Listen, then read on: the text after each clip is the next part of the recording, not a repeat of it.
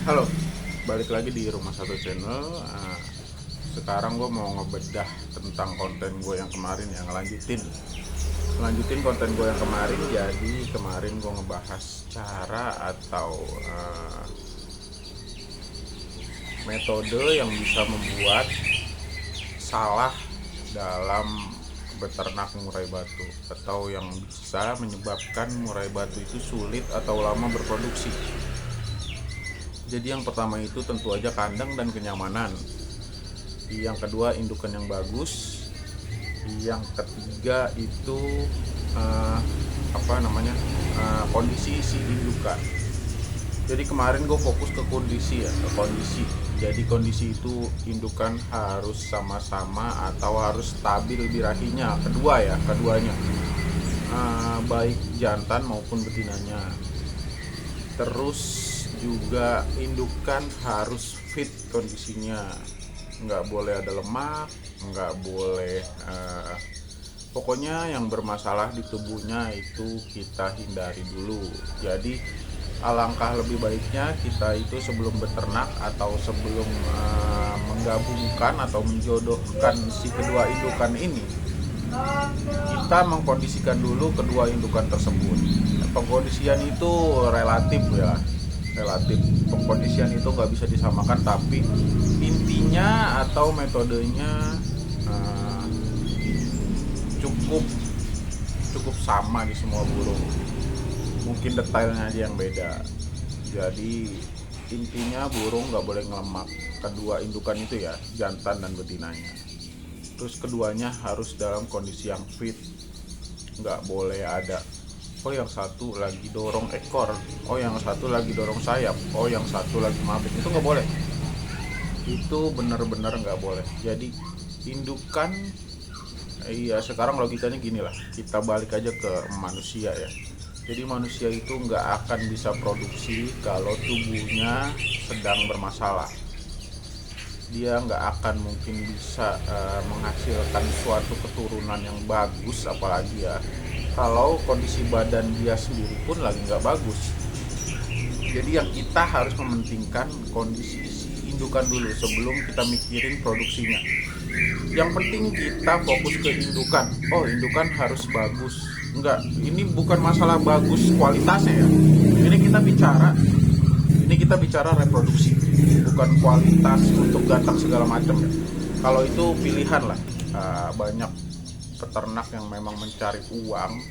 Jadi untuk peternak yang mencari uang itu memang diharuskan atau disarankan lebih bagus indukan yang berkualitas di gantangan, atau yang ibaratnya yang udah punya nama lah, karena jual anakannya lebih mudah dan lebih mahal. Jadi ketimbang kita pakai indukan asal-asalan yang nggak tahu terahnya, nggak jelas gimana mentalnya, nggak jelas gimana materinya, kita main ternak-ternak aja nanti hasil anakannya juga ngasal. Jadi yang beli pun tentunya ya cuman penghobi kicau aja, bukan penghobi gantang, karena kita nggak bisa menjual harga tinggi untuk penghobi kicau atau penghobi depan teras ya. Itu yang hanya untuk bunyi-bunyian, itu nggak bisa. Nah jadi balik lagi ke fokus kita tadi. Di konten gue sebelumnya gue udah ngebahas ini ya, jadi berlemak, kondisi indukan kita udah bahas. Sekarang kita fokus ke poin kedua dan poin ketiga. Poin kedua itu sebenarnya ini jadi poin pertama dan poin kedua sih. Yang kemarin itu poin ketiga sebetulnya. Jadi memang gue suka kebalik-balik gitu, karena yang memang di sini gue membuat konten enggak terstruktur ya. Jadi semau gue aja. Jadi gue di sini benar-benar mengedukasi untuk kalian yang mau beternak atau yang mau merawat burung. Nah tinggal kalian lah pilih-pilih kalian butuhnya di pembahasan apa. Jadi gue sekarang mau ngebahas tentang kenyamanan dan kandang itu. Jadi kandang ini sangat penting. Kenyamanan itu sangat penting. Bahkan buat gue itu kenyamanan nomor satu di hewan apapun, nggak terkecuali ya. Bentar gue ngopi dulu ya.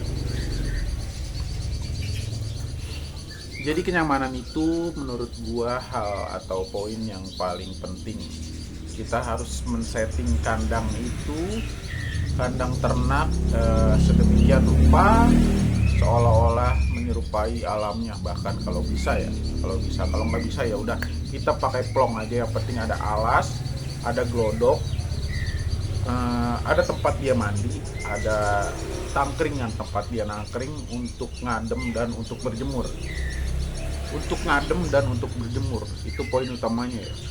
Untuk ngadem berjemur. Nah, kenapa gue bilang untuk ngadem dan berjemur? Ya karena balik lagi ke poin yang ketiga tadi, yang kalsium itu ya. Itu nanti itu akan menjadi satu kesatuan yang nggak bisa dipisahkan. Jadi poin ketiga itu kan gue bahas tentang kalsium. Jadi ada beberapa indukan atau beberapa masalah yang egg bedding atau tidak bisa mengeluarkan telurnya, atau telurnya dalam kondisi yang kurang bagus. Itu disebabkan oleh kalsium atau kurangnya mineral. Jadi penyerapan di dalam tubuh makhluk hidup itu atau metabolisme itu beda-beda ya, nggak bisa disamain. Apalagi di unggas yang notabene mereka tuh bertelur. Jadi cangkang telur yang dihasilkan harus bagus untuk mendapatkan telur yang bagus juga. Kalau cangkangnya aja jelek, gimana kita bisa mendapatkan telur yang bagus? Gitu loh. Jadi matahari atau sinar UV dan UVB dan UVA itu sangat penting buat metabolisme makhluk hidup semua ya. Jadi UVB dan UVA itu terdapat terkandungan namanya D3. Itu kandungan yang atau vitamin yang membantu memproses kalsium di dalam tubuh. Jadi nggak percuma sih sebenarnya, kurang maksimal aja ketika kalian ngasih kalsium yang berlebih atau yang cukup lah gitu ya. Karena kan kita di sini bagusnya cukup, tapi kita kadang suka nggak tahu cukupnya seberapa, jadi kita kasih suka lebih, tapi itu nggak masalah. Ketika semua itu tercukupi itu nggak jadi masalah, bahkan lebih itu nggak jadi masalah. Di kalsium ya, kalau dipakan itu kelebihan itu kurang bagus. Karena indukan sebenarnya tahu seberapa porsi yang harus dia makan dan yang harus dia buang. Jadi kita akan kurang maksimal kalau kita hanya melihat atau memberi kalsium tanpa dia bisa menyerap. Jadi kalsium itu kita kasih, kalau tidak ada D3 dia tidak bisa tercerna atau tidak bisa menjadi suatu energi yang nanti akan diproses oleh tubuh. Jadi D3 itu didapatkan dari UVA atau UVB itu ya, dari matahari. Jadi mereka makan atau ngasin lah. Nah, kenapa kandang itu tadi gue jelasin ya, kandang itu harus ada medianya berupa alas segala macam. Alas itu banyak, bisa dari pasir, bisa dari tanah, bisa dari apapun itu. Nah mereka kan kadang suka ngemputin atau ngemilin pasir ya. Nah itu dia ngasin namanya. Itu sebenarnya dia mencari senyawa yang dinamakan itu tadi kalsium ketika mereka kekurangan kalsium. Nah mereka makan kalsium tapi mereka nggak dapat D3 atau nggak dapat sinar matahari. Beberapa burung yang metabolismenya lambat itu akan bermasalah. Dia akan ngelemak dan dia akan susah mengeluarkan telur untuk betina. Untuk si jantan dia akan berlemak dan dia akan susah untuk kawin. Kawin bisa tapi susah untuk mengaliri spermanya ya, karena dia tertahan lemak. Jadi kita harus mikirin juga kandang itu. Jadi kandang itu harus nyaman mungkin lah, nyaman dalam artian ya mereka butuhkan itu ada di dalam kandang.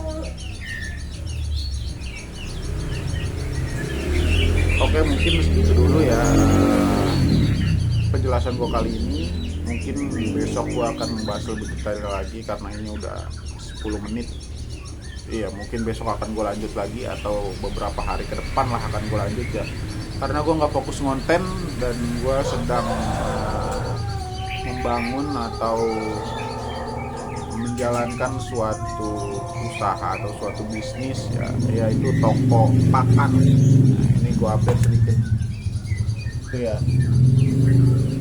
Nah ini dia toko pakan gue, ini baru, dan ya ini juga penyebabnya gue jarang konten, tapi gue usahain beberapa hari gue konten, entah 2 atau 3 hari sekali. Jadi kalian tunggu aja konten-konten gue berikutnya, dan jangan lupa share, komen, dan subscribe juga. Apa yang ingin kalian bahas atau apa yang membuat kalian bingung di perawatan murai batu kalian atau perawatan hewan-hewan kalian di peternakan atau di perawatan harian, itu tanyakan aja di komen. Nanti gue baca satu-satu dan akan gue buatkan konten satu persatu ya. Oke, terima kasih buat yang udah nonton.